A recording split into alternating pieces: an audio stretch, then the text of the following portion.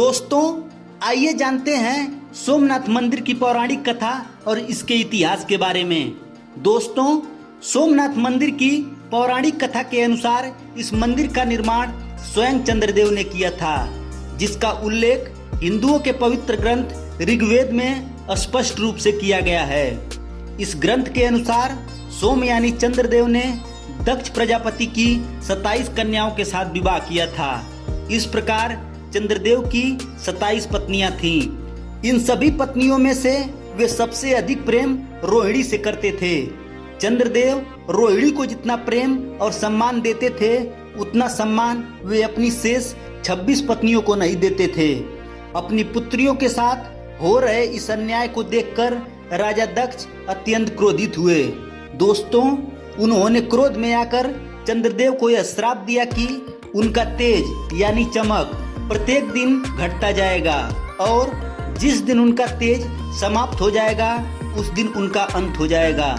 दोस्तों, श्राप के कारण प्रत्येक दिन चंद्रदेव का तेज घटता जा रहा था, जिसके कारण चंद्रदेव अत्यंत दुखी और विचलित रहने लगे थे। इस श्राप से मुक्त होने के लिए चंद्रदेव ने भगवान शिव की कठोर आराधना शुरू की। चंद्रदेव की आराधना से भगवान शिव अत्यंत प्रसन्न हुए और भगवान शिव ने चंद्रदेव को न सिर्फ राजा दक्ष के द्वारा दिए हुए श्राप से मुक्त किया, बल्कि उन्हें अमरत्व का भी वरदान दिया था।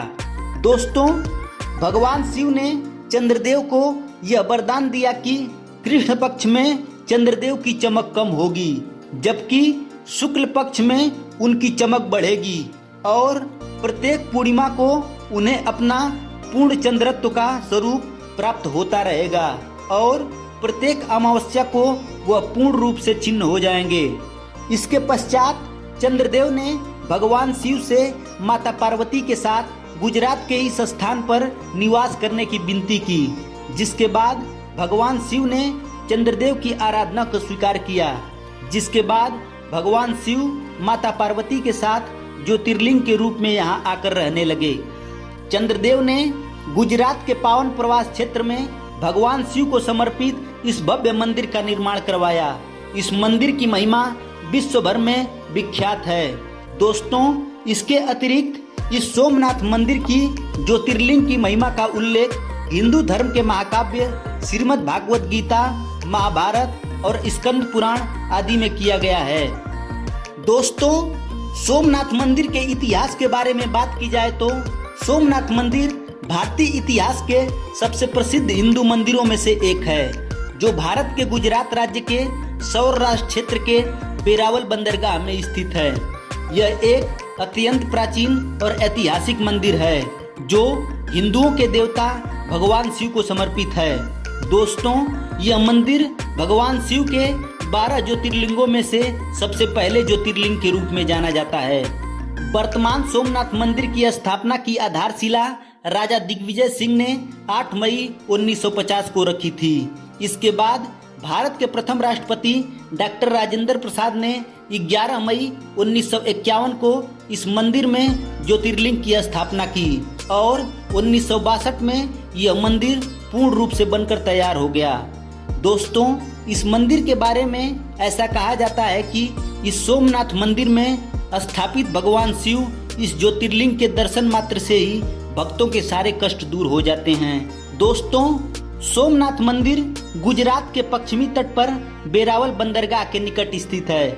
यह मंदिर इतिहास में उत्थान और पतन का प्रतीक माना जाता है, क्योंकि प्राचीन समय में इस विशाल और भव्य सोमनाथ मंदिर पर मुस्लिम और पुर्तगालियों ने कई बार आक्रमण कर इसे ध्वस्त किया, तो दूसरी ओर कई हिंदू शासकों ने इस मंदिर का पुनर्निर्माण भी करवाया।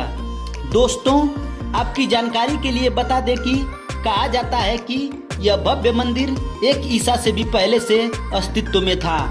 इस मंदिर की प्रारंभिक स्थापना का कोई भी ऐतिहासिक और प्रमाणिक साक्ष्य नहीं है। इतिहास में ऐसा कहा गया है कि करीब 7वीं शताब्दी में वल्लभी के मैत्रिक सम्राटों ने सोमनाथ मंदिर का दूसरी बार निर्माण करवाया था। इसके बाद 8वीं शताब्दी में 725 ईस्वी के करीब सिंध के अरबी शासक अल जुनायद ने इस वैभवशाली मंदिर पर हमला कर इसे ध्वस्त कर दिया था। हालांकि इतिहास में इस मंदिर पर सिंध के अल जुनायद के हमला करने का कोई भी ठोस प्रमाण नहीं है। जिसके बाद 9वीं शताब्दी में 815 ईस्वी के करीब गुर्ज प्रतिहार राजा नागभट्ट ने इस मंदिर का तीसरी बार निर्माण करवाया था। उन्होंने लाल पत्थरों का उपयोग कर इस मंदिर का पुनर्निर्माण करवाया था। दोस्तों, 11वीं शताब्दी में इस मंदिर पर पुनः एक बार आक्रमण हुआ। 1024 ईस्वी में महमूद गजनवी ने अपने करीब 5000 साथियों के साथ इस वैभवशाली सोमनाथ मंदिर पर आक्रमण कर दिया था और इस मंदिर से करोड़ों की संपत्ति लूट ली थी। दोस्तों, महमूद गजनवी ने न सिर्फ इस मंदिर की करोड़ों की संपत्ति लूटी, बल्कि इस मंदिर के शिवलिंग और मूर्तियों को भी पूरी तरह से क्षतिग्रस्त कर दिया था। सिर्फ यही नहीं, उसने इस मंदिर में हजारों बेकसूर लोगों की भी हत्या कर दी थी। दोस्तों, महमूद गजनवी के साथ सोमनाथ मंदिर पर किया गया यह हमला इतिहास में भी वर्णित है। भारत यात्रा पर आए अरबी यात्री अलबरूनी ने भी अपनी यात्रा वृतांत में सोमनाथ मंदिर की इस विशाल भव्यता और समृद्धता का वर्णन किया है। दोस्तों, सोमनाथ मंदिर पर गजनवी द्वारा आक्रमण करने के बाद इस मंदिर का चौथी बार पुनर्निर्माण मालवा के राजा भोज और सम्राट भीमदेव ने करवाया। इसके पश्चात सिद्धराज जय सिंह ने 1093 ईस्वी में इस मंदिर की प्रतिष्ठा और निर्माण में अपना योगदान दिया। दोस्तों, 1168 ईस्वी में विजेश्वर कुमार पाल और सौराष्ट्र के सम्राट खंगार ने भी इस मंदिर के निर्माण का कार्य किया। उन्होंने इस मंदिर के सौंदर्यीकरण को अच्छा बनाने पर जोर दिया। इसके बाद दिल्ली के सुल्तान अलाउद्दीन खिलजी के सेनापति नुसरत खान ने 1297 ईस्वी में गुजरात पर अपना नियंत्रण स्थापित करने के दौरान इस मंदिर को ध्वस्त कर इस मंदिर की प्रतिष्ठित शिवलिंग को खंडित कर दिया था। इसके बाद ही उसने इस मंदिर में जमकर लूटपाट भी की। दोस्तों, इसके पश्चात भी इस मंदिर का उत्थान और पतन का सिलसिला जारी रहा।